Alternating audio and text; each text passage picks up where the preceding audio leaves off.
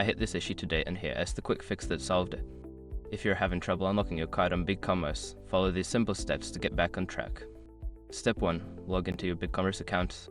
Start by accessing your BigCommerce dashboard. Enter your credentials and make sure you're on the main account page. Step 2. Navigate to Account Settings.